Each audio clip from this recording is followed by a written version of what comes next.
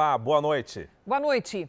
Só no estado de São Paulo, segundo a Polícia Militar, foram 1.500 festas clandestinas neste primeiro feriado prolongado desde que as primeiras medidas de flexibilização passaram a vigorar durante a pandemia. E alguns bailes só acabaram ao amanhecer. Desrespeito e imprudência. Este é o fim de um baile funk que começou ontem à noite na zona leste da capital paulista. Até às 8h30 da manhã de hoje, a festa ainda reunia dezenas de pessoas na rua. Em meio à pandemia que proíbe a realização de eventos e aglomeração, o que se via eram jovens sem máscaras, dançando, consumindo bebida alcoólica numa avenida. O local é conhecido pelos pancadões. Só nesse feriado prolongado foram 3 dias seguidos de festa. Cansados da bagunça, os moradores fizeram até uma faixa pedindo que não houvesse mais bailes funk na região. Contamos com a compreensão e colaboração dos funkeiros. Os moradores agradecem, não insistam. Mas eles insistem. Perto dali, os repórteres do Núcleo de Jornalismo Investigativo da Record TV entraram em várias festas particulares. Essa aconteceu numa chácara, reúne 4.000 pessoas todo final de semana. Cobra R$10 a entrada. A multidão fica aglomerada em volta da piscina. Não há espaço para nada. Este jovem ainda ironiza. Eu tô longe de todo mundo, ninguém me fala nada. Eu tô no mato, ar puro, ó. Tem ninguém perto de mim. Repare como os jovens ficam espremidos. Consomem drogas livremente. Aqui um rapaz mistura uma substância sintética numa garrafa de água. Bares também estão desrespeitando a lei e promovendo festas clandestinas. O pagode invade a calçada. Chegando no fervo, hein? Ninguém usa máscara, inclusive as crianças. Nesta tabacaria é possível ouvir a música alta do lado de fora. O show ao vivo acontece no 2º andar. A Grande São Paulo também registrou festas ilegais. Em Diadema, este jovem acende um sinalizador para se exibir no meio do pancadão com 3.000 pessoas. A Guarda Civil Metropolitana da cidade informou que apreendeu o equipamento de som e deteve uma pessoa no local. Segundo a Polícia Militar, as festas clandestinas têm aumentado nas últimas semanas e falta estrutura para impedir que esses bailes aconteçam. Em média, de quinta a domingo, a PM consegue evitar 600 pancadões na capital e região metropolitana. Um número pequeno, perto dos mais de 1.500 que acontecem. As pessoas estão se descuidando, achando que a pandemia já acabou. Isso não é verdade. Infelizmente, o braço é curto, do município, do estado, para fazer as ações em todos os locais. Então, precisava, sim, uma conscientização maior da população para que isso não acontecesse. Veja agora outros destaques do dia. O presidente Bolsonaro comemora o 7 de setembro sem o tradicional desfile. Feriadão tem aglomerações no litoral e no interior. Especialistas afastam a hipótese de segunda onda da Covid-19. Aposentado que atropelou jovem lançado em bueiro diz que fugiu porque teve medo de ser linchado.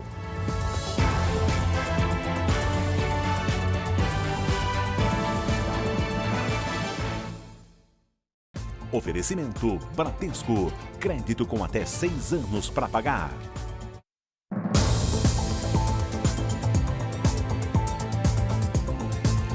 No feriadão da Independência, várias cidades litorâneas registraram aglomerações e pessoas sem máscara. No Rio de Janeiro, além da praia, os pontos turísticos também tiveram desrespeito às normas sanitárias. Foi um feriado com sol e banho de mar. Nesta segunda, para garantir o lugar na areia, valeu até dormir na praia. O helicóptero da Record TV flagrou grupos que acamparam em Copacabana. No primeiro feriado prolongado com flexibilização da quarentena, milhares de cariocas não resistiram a tanto calor. O resultado, muita aglomeração e guarda-sol a perder de vista. Aproveitar um pouco, né? O movimento se repetiu por toda a cidade e o distanciamento, essencial para evitar o coronavírus, não foi cumprido. O que se viu foi uma disputa de cadeiras na areia. Máscara era item raro. Eu estou há 6 meses em casa. Primeiro dia que eu venho para a praia depois disso tudo. Na capital, apenas o banho de mar e a prática de esportes estão permitidos. O banho de sol continua proibido. A prefeitura fez um apelo à população para evitar as praias e guardas municipais tentaram conscientizar os banhistas. No arpoador, alguns até desistiram de ficar na areia. Esse grupo, que jogava futebol, foi para casa mais cedo. Na areia, o espaço é disputado metro a metro. No calçadão, não é diferente. O feriado foi um dia esperado pelos ambulantes do Rio de Janeiro. Com cariocas e turistas nas ruas, por aqui se vende de tudo, de artesanato a bebidas. O que falta mesmo é o distanciamento social. É assustador ver todo mundo assim, ali por baixo, assim, sem máscara, sem proteção. Faltou distanciamento também na imensa fila que se formou para visitar o Pão de Açúcar. O desrespeito às regras também foi comum nas praias do Nordeste. Em Jericoacoara, no Ceará, os hotéis registraram 100% de ocupação. Em Salvador, a população não respeitou o decreto municipal, que proíbe o acesso à faixa de areia e ao mar. A pandemia também foi ignorada por quem decidiu tomar um banho de rio ou de cachoeira. Quem esperava um feriado tranquilo em Pirinópolis, Goiás, se surpreendeu. Hoje cedo, um longo congestionamento se formou nas estradas que dão acesso às cachoeiras da região. É gente demais, né? Carro que não acaba mais. Apesar de proibidos, vários ônibus de excursões chegaram à cidade. Os hotéis ficaram com lotação máxima. Durante a madrugada, houve muita aglomeração e gente sem máscara. Em Caldas Novas, a situação foi a mesma. Uma multidão dentro e fora das piscinas de água quente. Muita gente também na Chapada dos Veadeiros e no Lago das Brisas. Em Luiz Alves, uma lancha superlotada afundou e, por sorte, ninguém saiu ferido. Tinha muita gente na lancha. Em Aruanã, que também fica às margens do Araguaia, o centro da cidade parecia uma grande festa. A quantidade de turistas foi acima do que era esperado pelo município, que até então estava com regras rígidas de distanciamento social. O Ministério Público entrou com uma ação e a Justiça concedeu uma liminar, exigindo que a Prefeitura de Aruanã apresente em até 24 horas um plano de contingência para evitar que aglomerações se repitam. As pessoas vão para uma cidade turística, se sentem de alguma forma mais relaxadas e tendem a descumprir essas regras. Na sua cidade de origem, por exemplo, elas provavelmente circulam com máscara ou entram com máscara no estabelecimento. Olha, e além do descumprimento das normas sanitárias, o feriado registrou alto número de afogamentos. Só em São Paulo, 12 pessoas morreram. Praias lotadas e a falta de cuidados. Combinação para um fim de semana de muito trabalho para os bombeiros e de luto para várias famílias. Imagens gravadas por banhistas mostram o resgate de vítimas em Guarujá, onde 3 pessoas morreram. Em Bertioga, um rapaz de 22 anos foi socorrido, mas não resistiu. Em Ubatuba, a vítima foi um homem de 25 anos. Em Mongaguá, outras 3 mortes. 2 homens ainda não identificados e um rapaz também de 22 anos. 2 outros rapazes de 18 e 21 anos ainda estão desaparecidos em Itanhaém. Perigo também nas represas. Na Billings, região metropolitana de São Paulo, um homem morreu depois de salvar 2 crianças. Em Bragança Paulista, um adolescente morreu. Em Santo André, uma adolescente de 16 anos foi socorrida pelos bombeiros e levada para o hospital em estado grave. Em todo o estado foram registrados cerca de 400 salvamentos nas praias pelo Corpo de Bombeiros no feriadão. Em Minas Gerais, mais mortes por afogamento. Os corpos de 2 meninos de 11 e 12 anos foram encontrados em uma lagoa, na região metropolitana de Belo Horizonte. Na Bahia, um homem morreu quando tentou salvar um rapaz que estava se afogando. O jovem de 20 anos está desaparecido. Segundo o Corpo de Bombeiros, o feriadão, o calor e principalmente um longo período de isolamento levaram milhares de pessoas às praias e represas. E na euforia de sair de casa para se divertir, acabaram se esquecendo das medidas de segurança. O desconhecimento do mar, o desrespeito às placas de sinalização e a ingestão de bebida alcoólica. Esses fatores reunidos, com certeza, são fatores que, somatizados, aumentam, potencializam o risco do afogamento. A Comissão de Direitos Humanos da OAB vai acionar judicialmente o Estado do Rio pela prisão do músico Luiz Carlos Justino. Ele foi solto no domingo, após 4 dias preso. Luiz foi acusado de participar de um assalto em 2017. A família apresentou provas de que, na hora do crime, ele se apresentava numa padaria. O jovem brasileiro não tem mais pressa para tirar a carteira de motorista? E essa mudança de comportamento comprovada nos últimos 5 anos já fez diferença no trânsito, com queda no número de acidentes. Ter o próprio carro não é um sonho de consumo da Joana. Aos 20 anos, ela não quer encarar um financiamento e usa o transporte público sem problemas. Depois que eu fiz 18 anos, que eu vi como era a realidade, todos os custos, né, que eu tinha que arcar para ter um carro, aí eu caí na realidade e vi que não era tão fácil como parecia ser.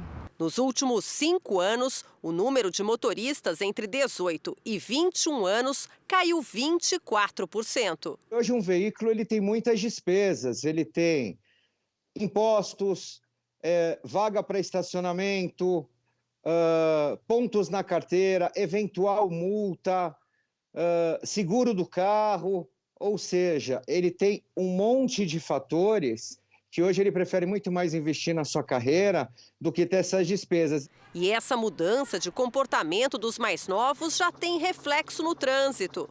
Os acidentes de trânsito envolvendo motoristas entre 18 e 24 anos também tiveram redução.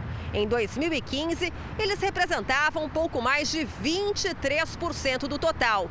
No ano passado, esse índice ficou em torno de 20%. Não é que os motoristas dessa faixa etária estejam mais prudentes. Na avaliação dos especialistas, é que muitos dessa nova geração não dirigem. Tínhamos em 2015 quase 3 milhões de jovens habilitados. Esse número se reduziu a um pouco mais de 2,5 milhões em 2019. Joana quer se formar na universidade, viajar para o exterior, fazer cursos. Só depois disso vai pensar em tirar a carteira de motorista. Na lista de prioridades na tua vida hoje, o carro está em que lugar? Hoje, em último. Sinceramente, em último. Se for para eu listar, assim, as minhas vontades, o carro é uma coisa, assim, que eu nem penso mais, assim. E o podcast JR 15 Minutos com o Celso Freitas vai discutir a relação entre a queda de acidentes com os jovens e a falta de interesse em dirigir. Você pode ouvir no r7.com, Play Plus, YouTube e nos aplicativos de podcast. Israel enfrenta um novo surto de coronavírus. O país é o 5º no mundo em número de infecções por milhão de habitantes. O primeiro-ministro israelense Benjamin Netanyahu e o gerente nacional do projeto do coronavírus, Roni Gamzu, disseram que o governo não descarta o bloqueio total das atividades.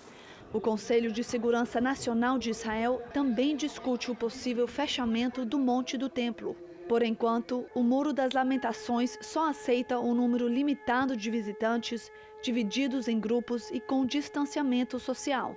Nas últimas 24 horas, o número de cidades vermelhas, regiões com alto número de infectados, aumentou para 40. Um toque de recolher noturno em todas as cidades vermelhas entrará em vigor na terça-feira, das 7 da noite até as 5 da manhã do dia seguinte. As escolas nessas áreas serão fechadas e haverá proibição total de encontros de mais de 10 pessoas em áreas fechadas e mais de 20 pessoas em áreas abertas. A previsão é de que as medidas permaneçam até o fim das festas judaicas, que começam no dia 18 de setembro e vão até outubro. O exército israelense ficará encarregado de aumentar a fiscalização. O Jornal da Record faz uma pausa agora para o pronunciamento do presidente da República. Voltamos com o Jornal da Record logo em seguida.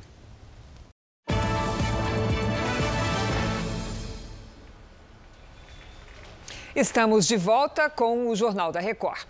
A Índia ultrapassou o Brasil e agora é o segundo país com o maior número de casos de coronavírus, atrás apenas dos Estados Unidos. São 4.200.000 casos. Só hoje, quase 90 mil indianos testaram positivo. Em meio ao aumento de contágio, algumas cidades reabriram o metrô, incluindo a capital, Nova Delhi. Em relação ao número de mortes, a Índia está atrás apenas dos Estados Unidos e do Brasil, com mais de 70 mil óbitos. E vamos aos números de hoje da pandemia aqui no Brasil. Segundo o Ministério da Saúde, o país tem 4.147.794 casos de Covid-19. São 126.960 mortos. Foram 310 registros de mortes nas últimas 24 horas. E o menor número dos últimos 4 meses. Também entre ontem e hoje, 38.337 pessoas se recuperaram. No total, já são 3.355.564 pacientes curados e 665.270 seguem em acompanhamento. Em São Paulo, o epicentro da Covid-19 no país, o número de mortos pela Covid caiu pela 4ª semana seguida. A média diária de óbitos passou de 254 na primeira semana de agosto para 195 na primeira semana de setembro, uma queda de pouco mais de 23%. A empresa chinesa que desenvolve uma vacina no Brasil, em parceria com o Instituto Butantan de São Paulo, afirma que ela, até agora, se mostra segura para os voluntários idosos. Já a imunidade conseguida nesses idosos é levemente inferior à dos jovens. Segundo a empresa, isso já era esperado. O número de mortes na maioria dos países mais afetados pelo coronavírus e que já retomaram a economia afasta a possibilidade de uma segunda onda da doença. Os novos surtos trazem números mais positivos. O registro de mortes agora é bem menor do que as taxas contabilizadas durante os primeiros meses da pandemia. Na Espanha, que teve o maior número de infectados no continente europeu, o total de óbitos no fim de agosto não passou dos 3,7% em relação ao pior momento da pandemia. E na Itália, as mortes representam 0,7% do pico. As curvas do coronavírus, baseadas em dados oficiais, reforçam a hipótese de que os lugares mais afetados nos últimos meses devem ter um menor número de vítimas fatais a partir de agora. As explicações para esse novo cenário podem estar no maior acesso e no aumento no número de testes em todo o mundo. Um sistema de saúde mais bem preparado, com conhecimento maior da doença, também pode influenciar nessa redução da mortalidade dos pacientes. Essa tendência europeia segue a mesma em países como Brasil e Estados Unidos. Ainda assim, os especialistas reforçam que é preciso manter os protocolos de segurança. Um paraquedista morreu depois de se chocar com força contra o chão durante um salto no Rio de Janeiro. Imagens mostram o momento da queda. Ele participava de um evento esportivo com saltadores experientes. O aposentado Jorge Luiz Dantas, de 62 anos, era experiente e saltava há mais de 20 anos. Foi paraquedista do Exército e agente penitenciário.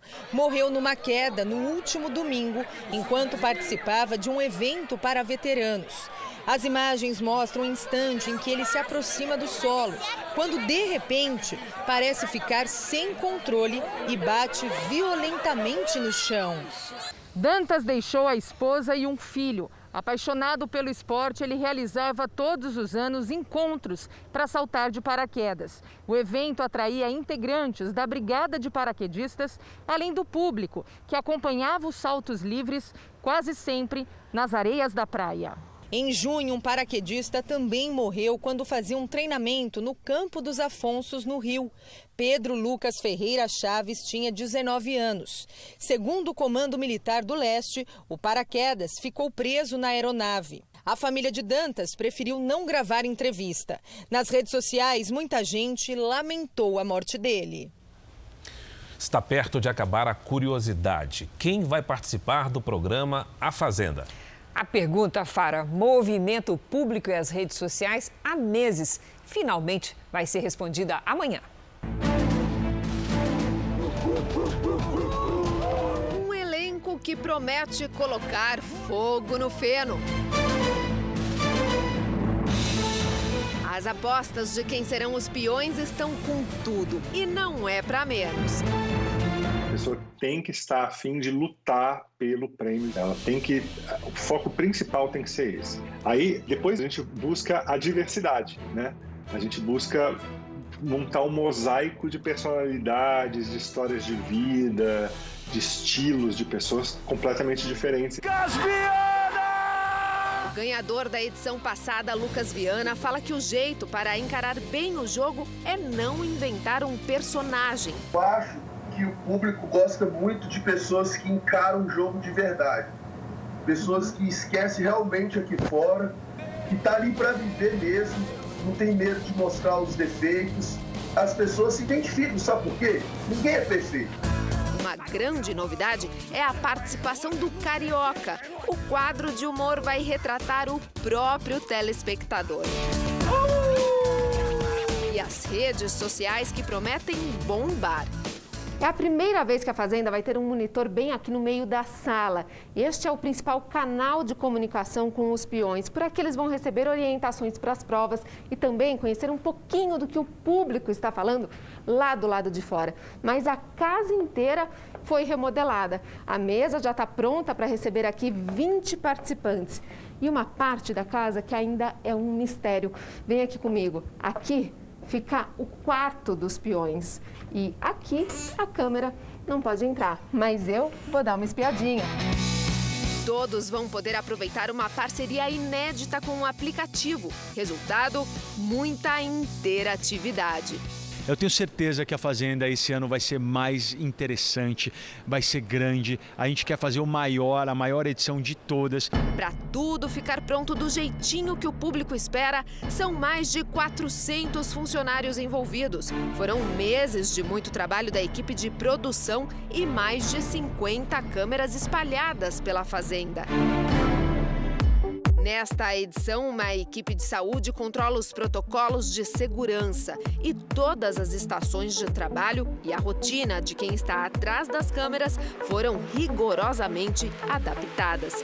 Até os participantes precisaram passar por um confinamento prévio de 14 dias antes da estreia, o que pode ser um combustível a mais para explosões.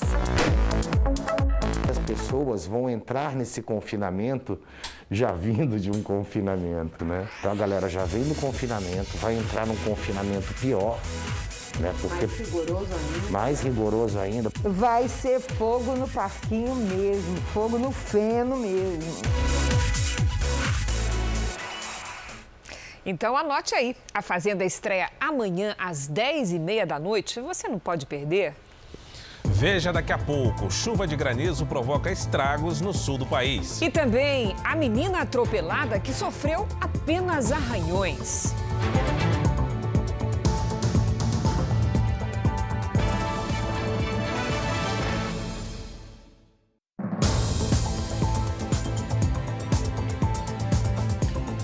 O presidente Bolsonaro participou das comemorações do Dia da Independência em Brasília. Por causa da pandemia, o tradicional desfile foi cancelado.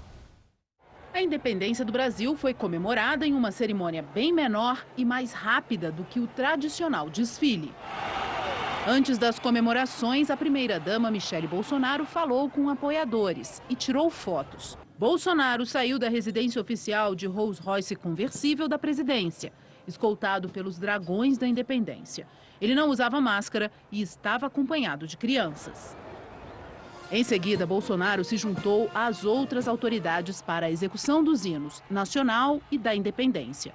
Com ele e a primeira-dama estavam o presidente do Supremo Tribunal Federal, ministro Dias Toffoli, o presidente do Senado, Davi Alcolumbre, o vice-presidente Hamilton Mourão, os chefes das Forças Armadas e ministros. O presidente da Câmara, Rodrigo Maia, não foi ao evento. Aviões da Esquadrilha da Fumaça fizeram manobras e homenagens ao país no céu da capital. Logo após a cerimônia, Bolsonaro, alguns ministros e o presidente do STF, ministro Dias Toffoli, se reuniram na casa do secretário especial de Assuntos Estratégicos, almirante Flávio Rocha. Por causa da pandemia, no mês passado, o Ministério da Defesa publicou uma portaria em que orientava as Forças Armadas a não participarem de eventos como desfiles, para evitar aglomerações. Em um vídeo divulgado pela assessoria, o ministro Fernando Azevedo destacou a importância da data. O 7 de setembro foi um passo fundamental para a construção da nação brasileira. As guerras de independência, em terra e no mar, custaram o sacrifício e a vida de muitos, contribuindo para a construção do país que temos hoje. Unido, livre e soberano. E nesse feriado nacional, aproveite para saber como estão os seus conhecimentos de história do Brasil. No r7.com tem um quiz para você testar se está sabendo tudo mesmo. Acesse aí. Os tempos são de dificuldade financeira provocada pela pandemia, que fez tantos trabalhadores dependerem até do auxílio direto do governo. Mas a própria situação mostra a importância de se ter uma reserva de emergência. Neste momento, quem tem independência financeira tem um problema a menos. Não é, Patrícia Lages? Boa noite. Como é que se faz para alcançar essa meta, independência financeira? Olha, primeiro a gente tem que desconstruir alguns conceitos errados, Cris. Boa noite para você e boa noite para você de casa. Olha, muita gente acha que independência financeira é poder comprar tudo o que quiser. E quando o dinheiro não dá, vai lá e financia. Mas isso só cria um ciclo de dependência, que é o seguinte: a pessoa trabalha neste mês para receber no mês que vem e pagar os gastos lá do mês passado. Independência não é consumo, mas sim ter liberdade de escolha. Para algumas pessoas, liberdade é poder comprar tudo à vista. Para outras, é ter uma reserva, porque se acaso ficar algum tempo sem trabalhar, não vai se endividar. E há aqueles que querem ter o suficiente para poder viver de renda ou até se aposentar. Fica claro que o importante é se decidir o que é que se deseja. É isso, Cris. E aqui tem algumas dicas para você. Sempre gastar menos do que aquilo que você ganha. As despesas não podem ser maiores. Se elas estiverem altas, precisam diminuir. E se a renda não é suficiente, é preciso trazer uma renda extra. A ideia é poupar uma parte do rendimento todos os meses para ter uma reserva de independência. Um bom objetivo é começar a juntar o valor correspondente a 3 meses de despesas pagas. Se o total dos seus gastos mensais é de R$1.000 e você poupar R$250 por mês, em um ano você vai ter o equivalente a 3 meses de contas pagas. Se perder o emprego ou tiver alguma queda na renda, você não vai se endividar. Aos poucos, você constrói um futuro mais seguro e independente. Cris. Obrigada, Patrícia. Veja a seguir: homem que atropelou jovem lançada em bueiro diz que fugiu com medo de ser linchado. E também, 2 acidentes acontecem com diferença de poucos segundos nas cidades brasileiras.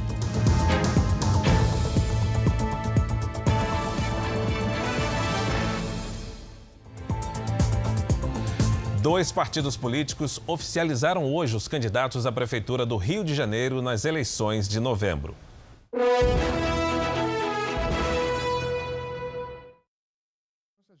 O Partido Republicanos homologou em convenção a candidatura à reeleição do atual prefeito da cidade, Marcelo Crivella. Outros 6 partidos compõem a coligação: Patriota, Progressistas, Solidariedade, Podemos, PTC e PRTB.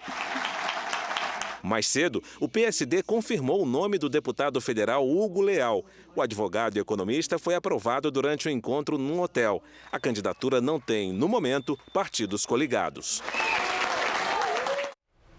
O governo negocia com parlamentares a derrubada do veto presidencial sobre a desoneração da folha de pagamento de empresas dos setores que mais empregam no país. A votação no Congresso Nacional, que vai definir se será derrubado ou não o veto presidencial que impede a prorrogação da desoneração da folha de pagamento das empresas, ficou para a semana que vem. O presidente Davi Alcolumbre cancelou a reunião do Congresso, tendo em vista que essa semana é a semana das articulações partidárias, das convenções partidárias. Em função do cancelamento, foi cancelado também a reunião de amanhã dos líderes do Congresso Nacional. Exatamente por esse motivo. Semana que vem, vamos discutir novamente a questão dos vetos. Com o adiamento da reunião de líderes, também segue indefinida a negociação entre parlamentares e o governo sobre o tema. O veto do presidente Jair Bolsonaro impede a prorrogação da desoneração da folha de pagamento de 17 setores da economia. São empresas que, juntas, empregam mais de 6 milhões de trabalhadores. O governo argumentou que o veto era necessário porque a prorrogação iria ferir a lei de responsabilidade fiscal, ao prever renúncia de receitas sem o cancelamento de despesas. A legislação em vigor estabelece que a desoneração termina no fim deste ano. Entre os setores que podem ser prejudicados estão o de construção civil e o de transportes. O Palácio do Planalto já sabe que há maioria de parlamentares para a derrubada do veto. E os responsáveis pela articulação política aguardam uma decisão do presidente Jair Bolsonaro para que os líderes do governo fechem um acordo no Congresso. Há duas possibilidades na mesa: prorrogar a desoneração por 1 ano ou 6 meses. Mas essa negociação só deve ser finalizada na próxima semana, quando o Congresso vai realizar uma sessão para análise dos vetos. O desejo do presidente Bolsonaro é desonerar para todos por todo o tempo, e não para estes setores por algum tempo. Nesse sentido, vamos continuar construindo uma solução. Não há uma solução pronta. O líder do PSD no Senado, Otto Alencar, espera que o presidente do Congresso, Davi Alcolumbre, defina a data de votação. Nós temos votos suficientes para derrubar esse veto, até porque essa matéria foi aprovada na Câmara e no Senado por unanimidade. As empresas precisam de segurança jurídica. Para sair da crise no ano 2021, é fundamental ter menos impostos, menos carga tributária, para que as empresas possam manter a sua base industrial, manter os empregos. O flagrante de um atropelamento em Minas impressiona pela violência e pela surpresa que se transformou em alegria. A vítima, uma menina de 12 anos, teve apenas ferimentos leves. Imagens de uma câmera de segurança mostram Rayandra andando de bicicleta. De repente, um carro no sentido contrário vira, entra no posto de combustíveis e passa por cima da menina. Funcionários do posto e pessoas que passavam pelo local correm e juntos levantam o carro. Rayandra consegue sair. O acidente foi na cidade de Várzea da Palma, norte de Minas Gerais. O SAMU esteve no local e fez os primeiros socorros. Apesar da violência do atropelamento, a menina sofreu apenas ferimentos leves na cabeça, no dedo e na perna.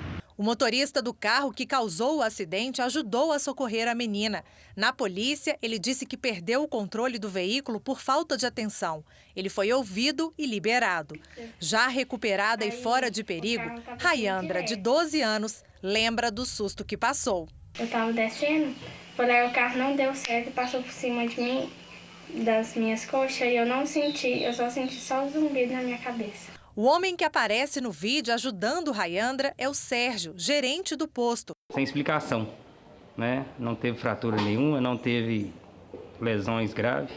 Os pais de Rayandra fizeram questão de agradecer a equipe que ajudou a salvar a vida da filha. Tem que agradecer a eles, tem que agradecer também muito a Deus, por Deus ter dado mais uma chance para minha filha. Eu só tenho a agradecer a Deus por mais uma oportunidade de ter ela junto aqui de nós, sem nenhuma escoriação, sem ter se machucado, né, gravemente.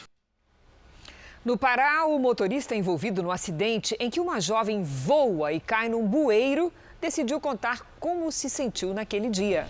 Ele é José Barbosa Gomes e diz que está ajudando como pode na recuperação da universitária. Seu José, aposentado de 78 anos, não se lembra muito bem de como tudo aconteceu, mas ele quis contar a sua versão. Entrei, quando eu liguei o pisca-pisca e do lado cego do carro eu não vi. A menina vinha. Aí eu entrei, quando eu entrei, vi só ela bater no carro na frente. O acidente foi registrado por uma câmera de segurança. A batida foi no cruzamento de uma avenida movimentada de Paragominas, interior do Pará. A universitária Maiara Santos voa da moto e cai dentro de um bueiro.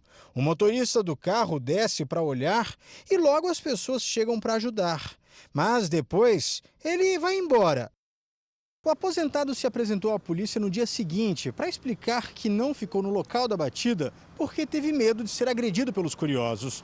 O inquérito que investiga as causas do acidente ainda está em aberto e por isso não há decisão se o motorista será indiciado. Maiara Santos ficou 9 dias internada, passou por cirurgia na coluna e agora já se recupera em casa. Ela falou com o Jornal da Record em uma série especial, exibida na semana passada. Foi tudo muito rápido, que parecia, ao mesmo tempo que estava acontecendo, eu mesmo me perguntava, será que é comigo mesmo? Será que é de verdade? Seu José diz que está fazendo o que pode para amenizar os danos causados à universitária. Comprei uma cadeira de banho para ela, paguei o remédio para ela, paguei o celular dela R$350. Estou ajeitando aí, do jeito que eu posso. 2 acidentes em sequência envolvendo motocicletas foram registrados na estrada Mogi-Bertioga, em São Paulo. Veja só, a primeira moto com garupa derrapa e os 2 caem na grama, ao lado da estrada. Exatamente 6 segundos depois, um carro surge na tela. Ele tenta desviar de um objeto que está na pista e o motoqueiro que vinha logo atrás bate na traseira do automóvel. As 3 pessoas que caíram tiveram ferimentos leves.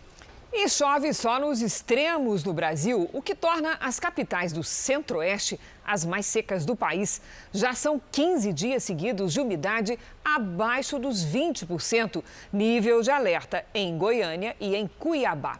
Lidiane, vem mais calor nos próximos dias? Boa noite. Boa noite, Cris. Vem sim, viu? Boa noite para você, para o Fara, para todo mundo que nos acompanha. A semana será de temperaturas muito elevadas e baixa umidade. O ar seco no interior do Brasil ganha ainda mais intensidade nos próximos dias, já que a frente fria no sul não consegue avançar. O alerta para baixa umidade do ar vale para toda a semana, principalmente no Centro-Oeste, no Tocantins e em Minas Gerais, com índices em torno de 15%. Amanhã o tempo fica firme no interior gaúcho e do Paraná até o Nordeste. Entre os litorais gaúcho e catarinense, o mar fica agitado, com ondas de até 2,5 metros e chuva moderada. Do Acre até o norte do Maranhão e também no litoral do Nordeste, pancadas. À tarde, calor de 40 graus em Cuiabá. Faz até 37 em Teresina, 32 em Manaus, 33 em Fortaleza, 25 em Salvador, até 34 no Rio de Janeiro e 19 em Florianópolis. Em São Paulo, o calor só aumenta a partir de agora. Amanhã, máxima de 27 graus. Cris. Obrigada, Lidy. Até amanhã. No Japão, pelo menos uma pessoa morreu e cerca de 100 ficaram feridas depois que um tufão atingiu o país. O tufão Haishen é o 10º da temporada deste ano. Pelo menos 130 mil casas estão sem energia elétrica na ilha de Kyushu, no sudoeste do país. 4 pessoas que caíram em um rio depois de um deslizamento de terra seguem desaparecidas. Quase 2 milhões de pessoas receberam ordem para deixar suas casas. Com as fortes chuvas, boa parte do comércio no sudoeste do país foi fechada. O tufão também afetou os transportes, como o sistema ferroviário de alta velocidade e os aeroportos, onde 580 voos foram cancelados. O tufão número 10 já deixou o país, mas as áreas atingidas continuam em alerta. O fenômeno foi para a Coreia do Sul, onde chegou com ventos de mais de 160 quilômetros por hora e chuvas torrenciais. Quase 2.000 pessoas deixaram suas casas. Mais de 20 mil imóveis ficaram sem energia elétrica. Em Santos, no litoral de São Paulo, mesmo com a faixa de areia liberada apenas para esportes individuais, um menino de 4 anos se perdeu em meio à multidão. Ele contou com a ajuda de 2 guardas municipais para reencontrar a mãe, a mesma dupla que se tornou conhecida por um episódio recente. O tempo mudou nesta segunda-feira no litoral de São Paulo. Mesmo sem sol, muita gente aproveitou a praia. Durante todo o feriado prolongado, essa foi cena comum. Pessoas sem máscara e aglomeradas. Nós descemos do carro, sentamos aqui separado, num grupo que já é da família, né? Então, nesse momento, eu acho que não é tão perigoso. Em Santos, a Guarda Municipal teve trabalho nesse feriado. Só no fim de semana, foram quase 1.500 orientações sobre o uso correto da faixa de areia e de máscaras. 35 multas foram aplicadas. A praia estava tão cheia que teve até criança perdida. A imagem mostra o guarda municipal levando uma criança de 4 anos nos ombros, no meio da multidão. A gente colocou, né, o Lucas no ombro e começou a andar, né, nas redondezas onde ele foi encontrado, para que a população, né, tivesse uma visibilidade maior, né, de que havia ali uma criança perdida com a guarnição. Logo, a mãe é localizada e reencontra o filho. Os 2 guardas são os mesmos que, em julho, multaram o desembargador Eduardo Siqueira, que se recusou a usar máscara na Praia de Santos. Infrações como essa foram comuns nos últimos dias. Foi um dia muito movimentado, muitas pessoas aí desrespeitando o decreto municipal, utilizando a praia de forma inadequada. Com o isolamento social causado pela pandemia, segundo a pesquisa, uma doença silenciosa avança. Para levar apoio à população contra a depressão neste Setembro Amarelo, a campanha SOS Vida saiu às ruas em mais de 300 cidades brasileiras. Uma mão estendida para quem pode precisar de ajuda. Nas mensagens espalhadas pela Avenida Paulista, o alerta sobre uma doença que muitas vezes avança silenciosamente até se tornar grave, a depressão. A conversa com os voluntários da campanha SOS Vida é o primeiro passo para começar uma mudança. Francisco parou para ouvir, recebeu o material e lembrou que pode ajudar um amigo que não tem se sentido bem.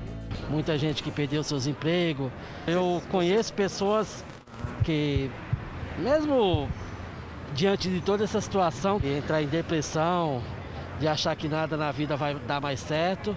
Estar atento aos sinais é essencial para buscar logo ajuda. Um dos sinais é a tristeza, a vontade de ficar trancado no quarto escuro. Pelos casos que a gente tem ajudado, as pessoas que a gente tem acompanhado, a gente vê que a depressão ela é uma doença que vai matando a pessoa aos poucos. Oferecer apoio para quem sofre de depressão é ainda mais importante no momento em que tantos brasileiros enfrentam dificuldades por causa da pandemia. Preocupações, ansiedade, fatores que podem piorar a doença. Em uma pesquisa que ouviu psiquiatras, 9 de cada 10 profissionais diagnosticaram um agravamento no quadro dos pacientes. A ação da Igreja Universal do Reino de Deus chegou a 343 cidades, nos 26 estados e no Distrito Federal. Mesmo com chuva, voluntários saíram às ruas em Porto Alegre, no Rio Grande do Sul. Em Curitiba, no Paraná, foram montadas tendas para as conversas. Em São Luís, no Maranhão, a ação foi no Centro Histórico. Na Bahia, nos pontos turísticos mais famosos de Salvador, um desfile de solidariedade. No Rio de Janeiro, foram distribuídos panfletos para quem estava a pé ou de carro. Nos faróis, voluntários seguravam faixas com mensagens positivas. O objetivo dos organizadores é alcançar cerca de 500 mil pessoas com o trabalho dos 8 mil voluntários. Entre eles, pessoas que tiveram depressão. A Caroline sofreu com a doença dos 14 aos 21 anos. Foi através de frustrações que começaram a acontecer na adolescência e conforme o tempo essas frustrações foram aumentando ao ponto do meu primeiro emprego eu não consegui mais trabalhar. Agora, com 27 anos, ela quer usar a própria experiência e o apoio recebido para ajudar quem precisa. Eu venho com toda a alegria do mundo, com tudo aquilo que eu posso trazer, eu venho para poder dar para as pessoas aquilo que eu recebi.